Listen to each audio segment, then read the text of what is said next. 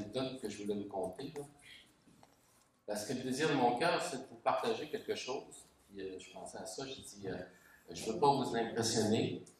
On veut tous impressionner les autres. Là. En tout cas, ça, c'est autre chose. Mais ça, c'est naturel. Ce que je veux, c'est que vous ayez recevé du Seigneur. Okay? Que vous ayez parti avec quelque chose qui vous édifie, qui vous fait grandir dans la foi, et puis sur lequel vous pouvez méditer. Cette semaine, la semaine passée, le Seigneur il a le tour de me garder un. Puis, fait que là, je suis avec mon équipe. Puis, bon, ben, moi, je suis plus un expert dans un certain système. Puis là, on regarde comment résoudre un problème. C'est un genre de calculatrice. Là. Et puis, il y avait une situation. Là, le client dit, je voudrais que ça fasse ça. Puis là, on réfléchit comment le faire, puis tout ça. Puis moi, je donne un avis. Puis là, je dis, je peux en fournir une plus compliquée. Je fournis souvent, ça fait plus compliqué. Fait que j'en profite pour rire avec mes confrères. Puis là, il y en a un de mes confrères, Gabriel, qui dit, il y a un paramètre qu'on peut utiliser avec un autre, puis ça ferait ce qu'on veut. Tu sais. Puis là, on regarde ça, puis il dit, ouais, c'est beau. Mais c'est vous, c'est quoi qui est le plus gros là-dedans? C'est moi qui l'ai codé, ce paramètre-là. Fait que, à la fin, je dis, merci pour ceux qui me rappellent ce que j'ai fait. Puis, bon, c'est fréquent. Fait que, je ne sais pas quelle écharpe Paul avait, mais moi, je sais que celle-là m'arrive souvent, puis ça se peut tenir un. Il y a 2 semaines, nous, on était à Montréal, à Laval, puis à l'église de la Mystique, puis notre frère Michel. J'ai oublié son nom de famille, là, c'est parti. Bon, c'est. En tout cas, important. Ruel, c'est pour ça. Je n'osais pas. Notre frère, puis j'ai apprécié à toute fois qu'il porte un message. Mais lui, il a porté un message sur quelque chose qui l'avait touché. Je ne sais pas si vous avez entendu parler aux nouvelles. Tout le monde en parle. Il y a un groupe de femmes qui sont venues présenter une vision traditionnelle. Okay? Ça a eu un certain impact. Okay? Moi, je n'ai pas entendu ce qu'on dit, mais j'ai vu un peu des commentaires des féministes, des retardataires, il y en a qui la pour, il y en a qui contre. Et notre frère Ruel, lui, ce dimanche-là, il a décidé de présenter un équilibre là-dessus. C'est un sujet que moi, j'ai beaucoup à cœur, que j'ai souvent, mes proches le savent, que je ne pas souvent les oreilles avec le même ce genre de choses. Fait que là, je l'avais à cœur, puis effectivement, je voulais vous présenter ça, c'est pour présenter un équilibre là-dessus. Okay? Pour ce qui est au niveau de la femme qui soit au foyer, je suis entièrement d'accord. C'est plutôt l'inverse, c'est notre société qui valorise trop le travail par rapport à la famille. Okay? On devrait valoriser la famille. Fait que si une épouse décide de rester à la maison et s'occuper des enfants, ça a autant de valeur que n'importe quel métier. Des fois, on entend des choses dans les métiers, dans le milieu du travail, comme certains dirigeants auraient besoin de s'occuper plus de leur famille, je dirais. Ils verraient peut-être des choses. Fait que, mais il y a besoin d'un rééquilibre. À ce moment-là, j'aimerais vous présenter, je ne sais pas si, main dans la main, avec du jaune beaucoup. Fait que, effectivement, si vous connaissez le passage dans Genèse 2:24, c'est pourquoi l'homme quittera son père et sa mère et s'attachera à sa femme et ils deviendront une seule chair. Jésus l'a rappelé dans Matthieu 18, Matthieu 19, on va y en revenir tantôt. J'aimerais vous présenter 3 passages sur le sujet, justement de la femme. 3 passages, et puis je veux revenir sur les 3 mêmes passages pour aller plus en profondeur, pour déclencher sur vous une certaine réflexion pour que vous puissiez aller plus loin. Moi, je me souviens que quand la journée que je suis arrivé, j'étais jeune, j'avais 25 ans, je m'en vais chez le notaire, on peut parler. Peux-tu le compter, Sylvie? OK? Je vais chez le notaire, je n'ai pas demandé avant. Je vais chez le notaire, puis là, on va parler quel contrat de mariage qu'on a. On avait le choix d'en avoir, pas d'en avoir, il y en avait 2, je pense 3 choix. Puis là, on s'est presque chicané devant le notaire. OK? Moi, j'avais, écoute, dans une église, c'était assez traditionnel. Fait que là, j'avais une vision. Puis on m'avait dit que c'était comme ça. Puis là, pas d'expérience. Là. On se marie pas d'expérience. On l'apprend après sur le temps, comme on dit. Fait que là, là, il a créé une friction, puis là, ça m'a remis en question. OK? Puis comme je vous ai dit tantôt, moi, je travaille dans le système. Quand une solution n'est pas là, tant que je n'ai pas ma solution, je ne suis pas capable de le digérer. J'ai besoin d'avoir des réponses, puis je laisse le temps, s'il faut, pour prendre. Fait que, pour ce qui est justement de mariage et de la position de la femme. Fait que là, on va commencer par un passage, bien entendu, dans Genèse.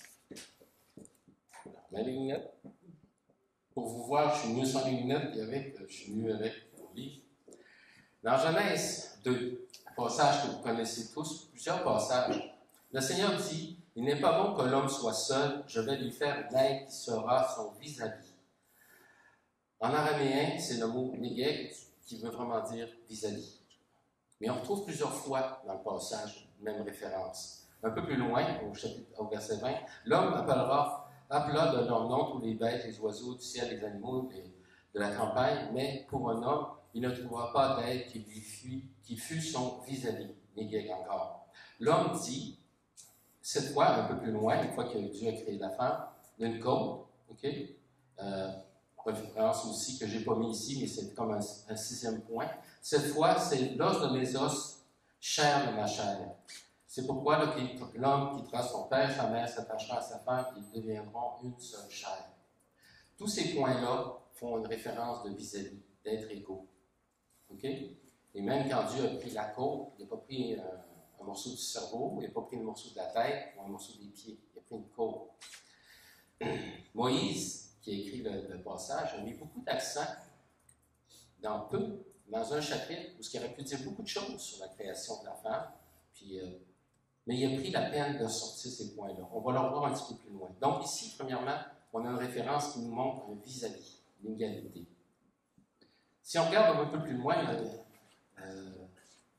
c'est pas l'acétate, la slide suivante, c'est parce que c'est un anglicisme. Dans la lettre de Paul, quand il s'adresse aux Éphésiens, on retrouve à la fin, comme dans plusieurs de ses lettres, une directive pour la marche chrétienne. Okay? Au travers de ceci, il y a pour la famille et les couples.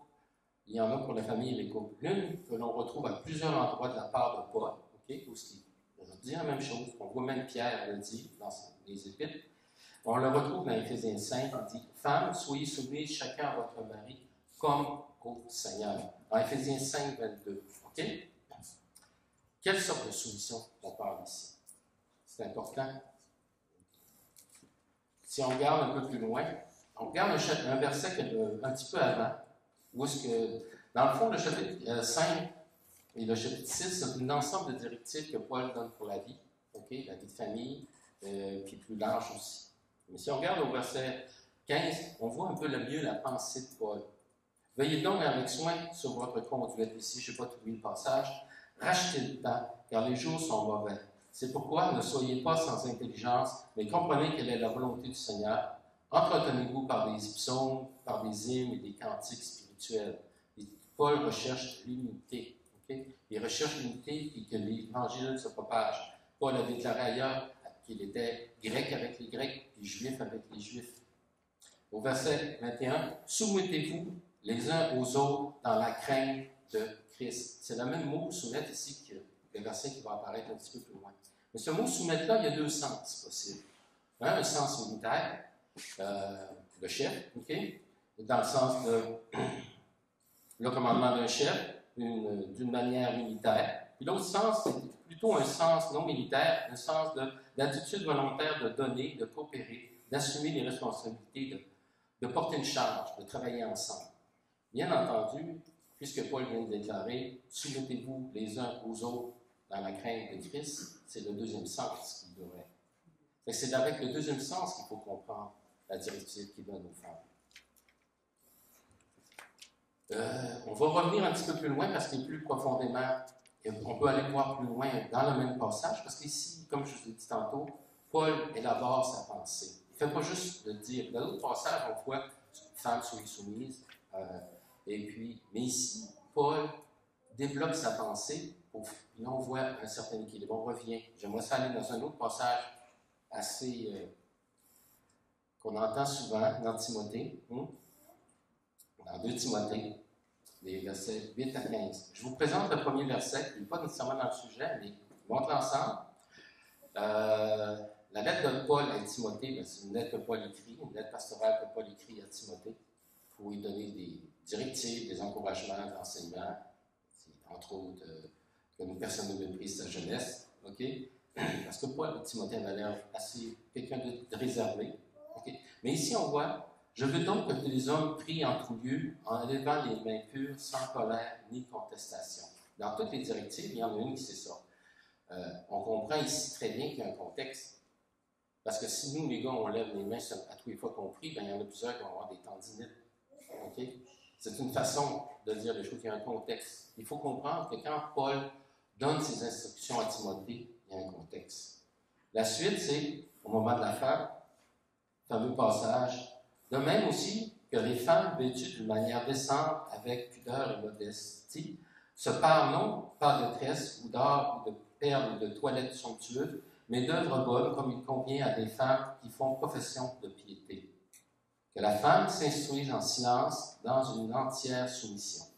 Aïe aïe! Je ne permets pas à la femme d'enseigner ni de prendre autorité sur l'homme, mais qu'elle demeure dans le silence.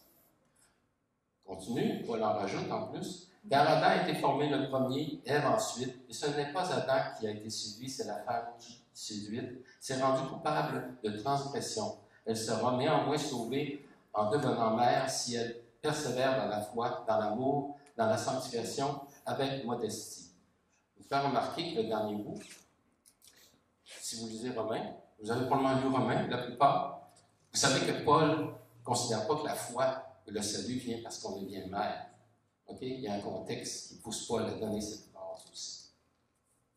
Si on va un petit peu plus loin, on analyse le texte, le terme « prendre autorité », ou dans la NDS dominée, la NDS, la nouvelle version de New Bible, la nouvelle Bible seconde, est authenthéo en grec, qui signifie celui qui agit de sa propre autorité autocrate. Et même à l'époque, ça avait un sens assez violent. Les deux ordonnances sont liées dans le grec. Je ne permets pas d'enseigner, je ne permets pas de prendre autorité. Moi, en français, on a les deux sens qui sont possibles, okay? Parce que quand on fait un lien de main, mais dans le grec, c'est clairement lié. Qui ne prend pas autorité, de ne pas enseigner pour ne pas prendre autorité. Donc, le vrai sens, le sens qu'on doit comprendre, je ne permets pas à la femme d'enseigner en dominant sur l'homme. Puis ça ressort très clairement dans le grec. Pourquoi? Pourquoi Paul fait ça? Là, c'est une lettre qui est écrite à Timothée, qui est à Éphèse. Éphèse, bon, ça va avec le passage qu'on a lu avant. Éphèse, où il était là avec Priscille et Aquilas. Vous connaissez Priscille et Aquilas? Oui. Priscille qui est nommée la majorité des fois avant son mari. Okay? Qui s'occupe d'une église à Rome. Paul, dans Corinthiens, il parle des dons, des ministères, et ça s'adresse aux femmes aussi. Le don d'enseigner. Alors pourquoi Paul réagit de même? Il y a quelque chose qui a poussé Paul. Il y a diverses opinions sur qu'est-ce qui a amené Paul à réagir de même. Entre autres, dans 2 Timothée, il parle de femmes qui se laissent séduire par des beaux parleurs, qu'on pourrait dire. Il y a aussi à Éphèse qu'il y avait le temple de la grande Diane, okay? Et il y avait des prêtresses qui avaient une certaine autorité dominante. Mais si on reprend le passage, on revient sur la slide suivante, on prend juste le passage pour regarder ce qu'il dit au début. De même aussi que les femmes vêtues d'une manière décente, avec pudeur et modestie, se parlent non pas de tresses d'or, ou de perles, ou de toilettes somptueuses. Vraisemblablement beaucoup plus à des femmes riches que Paul, ici, dit à Timothée, un conseil où il leur dit, mais qu'il se parle plutôt de bonnes œuvres qui convient à des femmes qui font profession de piété. Que les femmes s'instruisent en silence avec une entière soumission. C'est un peu ce qu'on retrouve souvent dans les églises. Hein? Moins dans nos églises parce qu'on peut, les gens ont une certaine cultivée. Mais à ce moment-là, on avait des femmes riches qui se sont joints à l'église Puis ces femmes riches-là, ben, il y avait une certaine éducation, souvent meilleure que le prédicateur ou l'enseignant. Donc, c'est facile pour elles de renchérir par eux, de parler, puis de dominer. On voit pourquoi Paul dit ça à ce moment-ci. Et à ce moment-là, ben, c'est pas du tout ce que la volonté de Dieu qu'on domine de cette façon. Et puis le passage suivant, le verset 13, ben, c'est un peu comme quand vous arrivez avec des enfants. Tu sais, vous avez deux enfants, ils chicanent, puis un qui a commencé, l'autre a suivi. Là, l'autre, il dit « fais ci, fais ça, puis après ça, j'ai fait ci. » Vous allez faire. Il dit « Toi, tu n'as pas été mieux, hein, parce que tu as renchéri. » Mais c'est l'autre qui est le coupable. Mais vous allez dire « Tu n'as pas fait mieux. » Ça ressemble drôlement à ça. Paul ici est en train de rappeler à la fin sa participation dans la faute. OK? Et puis si on lit jusqu'en haut, ben, dans le fond, il y a un message à ces femmes riches-là. Puis il dit à Timothée, je ne permets pas que ces femmes-là enseignent de cette façon-là. OK? Est-ce que ça va? Vous me suivez? Si, donc, dans ce moment-là, ici, c'est surtout une question de la façon de s'est enseigné, avec autorité, avec plus qu'autorité, mais avec un dénigrement, okay, de l'autre, des hommes. Que Paul donne cette instruction-là. Si on revient dans l'Éphésiens un petit peu, pour voir un peu plus la pensée de Paul, moi, ça me marque beaucoup. Je vais prendre le passage au complet parce que je vous ai mis juste un petit résumé.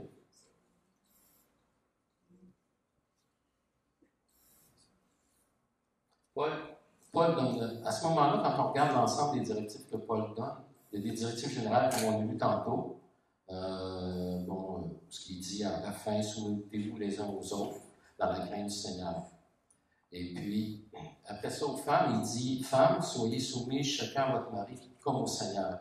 Mais ici, il y a une progression, okay, qui va du bas vers le haut. Les moins visibles, et quand on voit Paul continuer dans la suivante, on voit très bien qu'il a fait un mouvement. Je vais vous lire le passage, par exemple, soyez soumis chacun à votre mari comme au Seigneur, car le mari est le chef de la femme, comme le Christ est le chef de l'Église, qui est son corps et dont il est le sauveur. Comme l'Église se soumet au Christ, que la femme se soumette en tout, chacun à son mari. Bien entendu, la soumission d'une femme envers son mari et la soumission envers le Christ n'est pas la même hauteur. Okay? Si le mari ne suit pas Dieu, ben la femme est appelée à suivre Dieu pareil. Okay? Il y a des choses qui arrivent. Il y a une progression. On la voit moins ici, mais on la voit bien après. Parce qu'après, Paul, il dit, c'est Paul, OK? Il y a du... Paul, il dit, Marie, aimez chacun votre femme comme le Christ a aimé l'Église. Ouch! Et il finit pas là. Là, il précise, c'est quoi l'amour?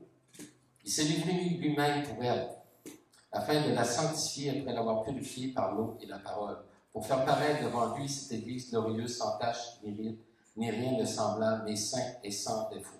Si on arrête là, les gars, on est mal barrés.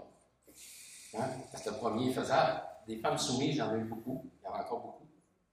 Mais un homme qui aime sa femme comme Christ aimait son Église, surtout après la description-là, il n'y en a aucun. On échoue tous, les gars. Mais là, Paul continue. De même, les maris doivent aimer leur femme comme leur propre corps. Oh, ça baisse beaucoup. Hein? Mais aimer son corps, puis prendre soin de l'autre comme soi-même, c'est pas donner sa vie à la croix. C'est pas aussi grand. C'est pas aussi grand aussi que donner sa vie pour des gens qui ne connaissent pas. Car Dieu a tant aimé le monde, il a donné son Fils unique afin que quiconque croit en lui ne périsse point, mais qu'il ait la vie éternelle. Jamais personne en effet n'a haï sa propre chair. Là, Paul continue. Mais il nous nourrit, en prend soin comme le Christ le fait pour l'Église. Il revient encore avec le Christ. Parce que nous sommes membres les uns de son corps. C'est pourquoi l'homme quittera son père, sa mère, s'approchera sa femme. Et les deux deviendront une seule chair. C'est un mystère est grand. Et je dis cela par rapport à Christ et à l'Église. Bon, qu'est-ce que Paul fait ensuite? Bien, ça s'appelle une conclusion. Parce que il y a deux points de référence. Il dit, femmes soumises à vos maris. Marie, aimez vos femmes comme Christ. On ne se pas diminue. Alors, qu'est-ce qu'il dit? Ben, il fait un retour du reste.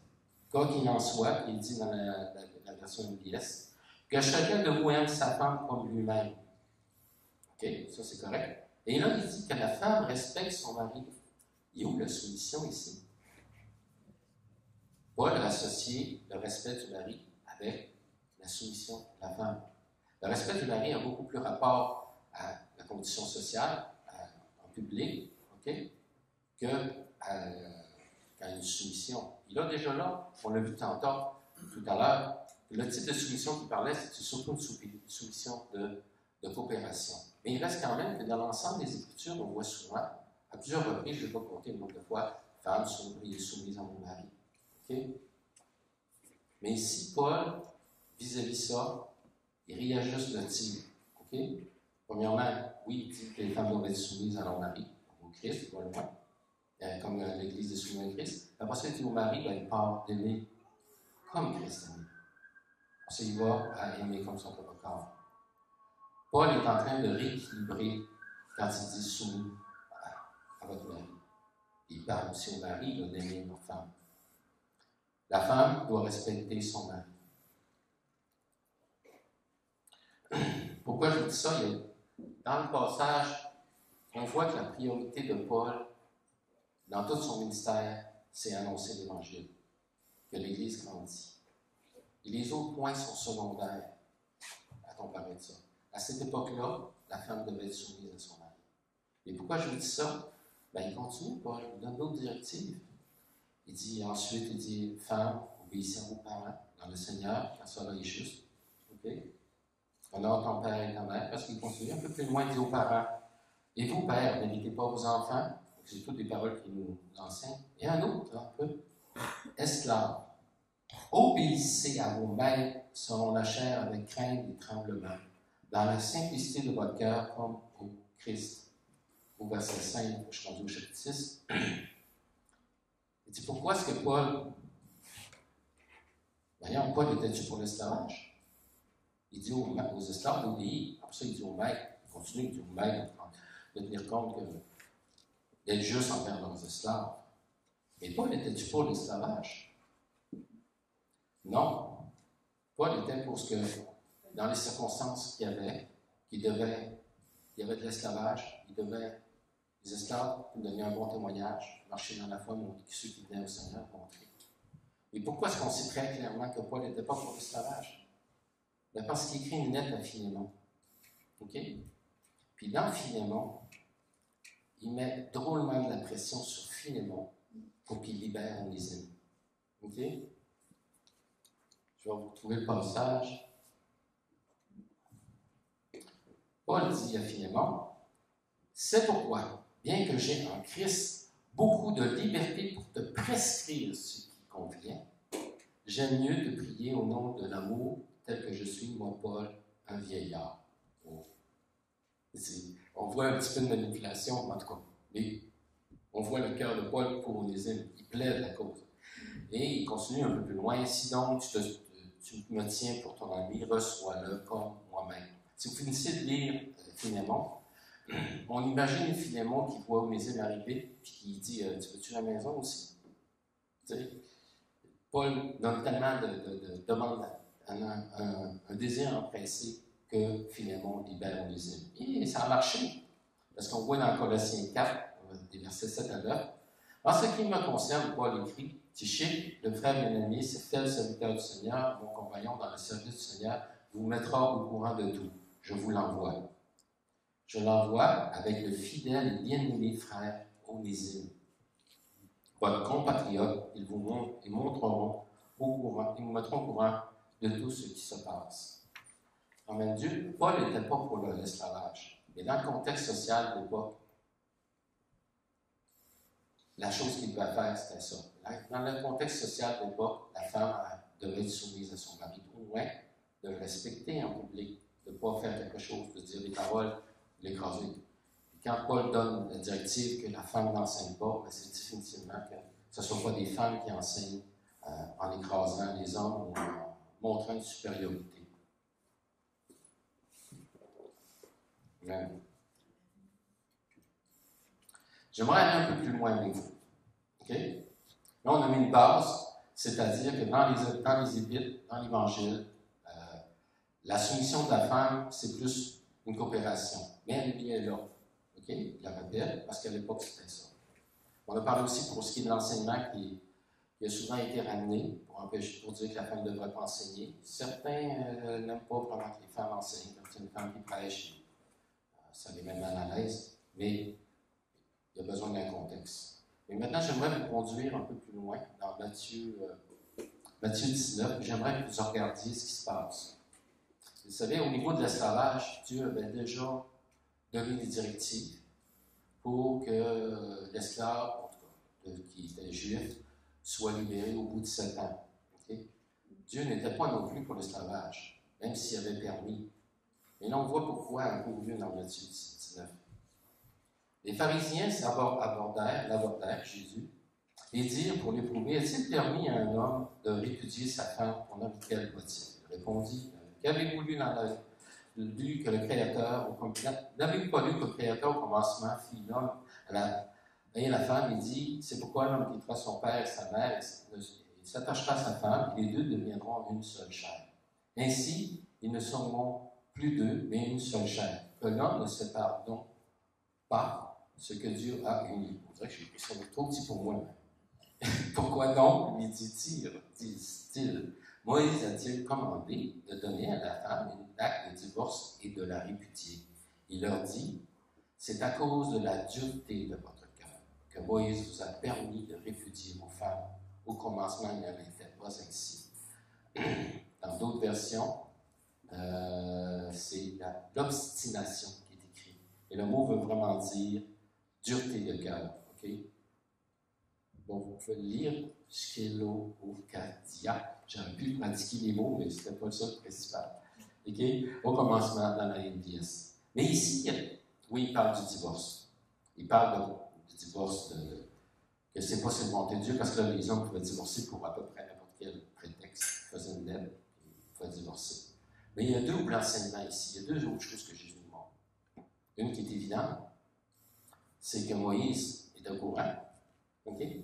Puis qu'il a écrit ces choses-là à cause de la dureté des cœurs du peuple juif de l'époque, on pourrait dire au complet. Pas sans l'accord de Dieu, pas du tout. Un peu comme l'esclavage. Dieu avait préparé un plan. C'était pas sa volonté, mais c'est pratiqué. Et qu'il a donné un certain contrôle. Fait que là, Moïse est au courant que c'était à cause de la dureté des cœurs qui devait tolérer le divorce. Si on retourne dans Genèse, puis qu'on le voit avec ces yeux-là maintenant, on a Moïse, qui connaissant la dureté des cœurs des gens, quand il présente la création de l'homme et celle de la femme, il s'assure de répéter 5 à 6 fois un vis-à-vis, un égo. Vis-à-vis 2 fois, os de mes os, chair de ma chair, et puis l'image que Dieu a tiré la femme de la peau. Il s'assure de préciser afin de montrer effectivement l'égalité. Mais il y a aussi un autre point. Quand Jésus a fait ça, au propos du divorce, il s'est référé avant la chute. Parce que c'est après, chapitre 2 ou chapitre 3, que la chute est arrivée. Donc Jésus s'est référé avant la chute pour définir comment devaient être les relations du mariage entre l'homme et la femme. Okay? Ils deviendront une seule chair. Et à la chute, quand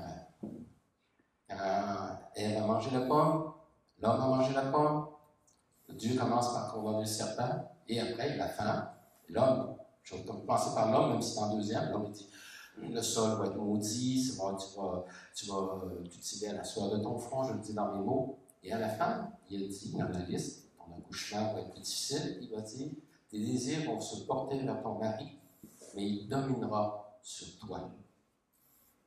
Vous voyez un peu ce que je m'en viens? C'est après. Si ça, la domination d'un mari sur sa femme, est une conséquence, c'était pas avant. Et rappelez-vous, Moïse a pris la peine de dire le vis-à-vis, l'ego. Je vous donne ça pour que vous réfléchissiez, pas pour que vous soyez offusqués, mais pour que vous puissiez réfléchir sur ces passages.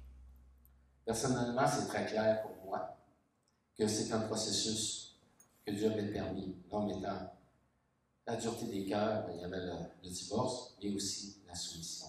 Et pourquoi on retrouve les Écritures aussi souvent dans les directives familiales que la femme soit soumise? Parce que c'est ça qui fait l'affaire. Mais c'est encore la même chose aujourd'hui.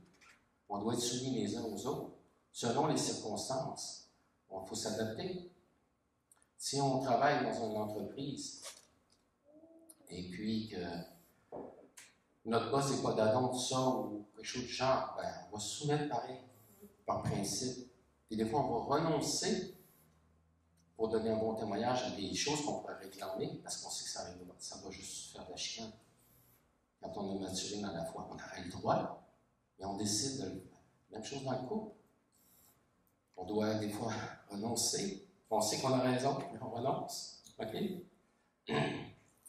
Souvent, ça a été dit qu'au niveau, comme l'entreprise, que bon, dans la famille, il faut un chef. OK? Pour diriger, c'est naturel. L'image de l'entreprise est là. Si vous êtes employé dans une entreprise, ben, on fait ce que le patron dit. Il y a une certaine limite.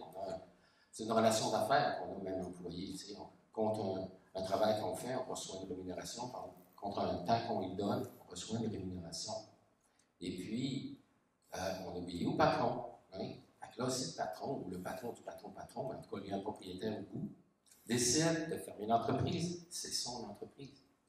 Okay? S'il décide de prendre une direction ou une autre direction, c'est son entreprise, c'est à lui.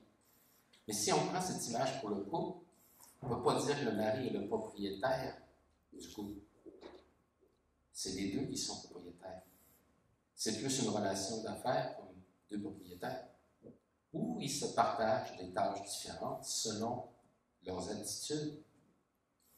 S'il y a un meilleur en comptabilité, c'est plus facile compter. S'il y en a qui est plus dirigeant, qui dirige mieux, qui a plus de facilité avec les autres, c'est lui. Mais ce n'est pas nécessairement selon le genre. OK? Vous voyez ce que je veux dire? Et c'est vraiment pour vous faire réfléchir sur la place de la femme et vis-à-vis ce qu'on entend autour des nouvelles, comme il y a eu tout le monde en parle. Ben, d'une part, je suis content pour l'Église parce qu'on va plus prêcher le message pour réajuster l'équilibre. Puis d'un autre côté, ben, c'est une grâce de l'ennemi parce qu'il s'en sert pour nous donner une fausse image. Pour ce qui est du féminisme, ben, on sait tous que les premiers temps des féministes, c'était bon, que la femme ait le droit de vote, ou il y ait plus de droits, ou même les lois, tu sais, où le patrimoine familial, tu sais, que quand c'est pas idéal. Okay? Mais au moins, quand les deux ont contribué au patrimoine familial, ben, que les deux puissent partir avec une partie quand il y a un divorce. Il y a des bons principes. Et c'est sûr que le féminisme d'aujourd'hui, où l'homme est dénigré, où il y a une exagération complètement. C'est pas cette partie-là qui est bonne du tout. L'ennemi s'en sert, justement, pour faire du mal dans la société, puis aussi, puis cette émission-là, même, c'est tout à fait correct que les femmes puissent vouloir être plus traditionnelles. Il reste que cette valeur, que c'est l'image qu'ils donnent. Okay? C'est pas pour rien que c'est celle-là qui aurait été invité plein d'autres ouvriers ou pasteurs qui auraient pu enseigner, qui auraient été probablement ébahis sur l'enseignement. C'est ce que je voulais vous partager au niveau de la femme, puis de la situation, de la soumission de la femme, puis de sa position. J'espère que ça sera assez clair pour vous, puis que vous aurez pu en tirer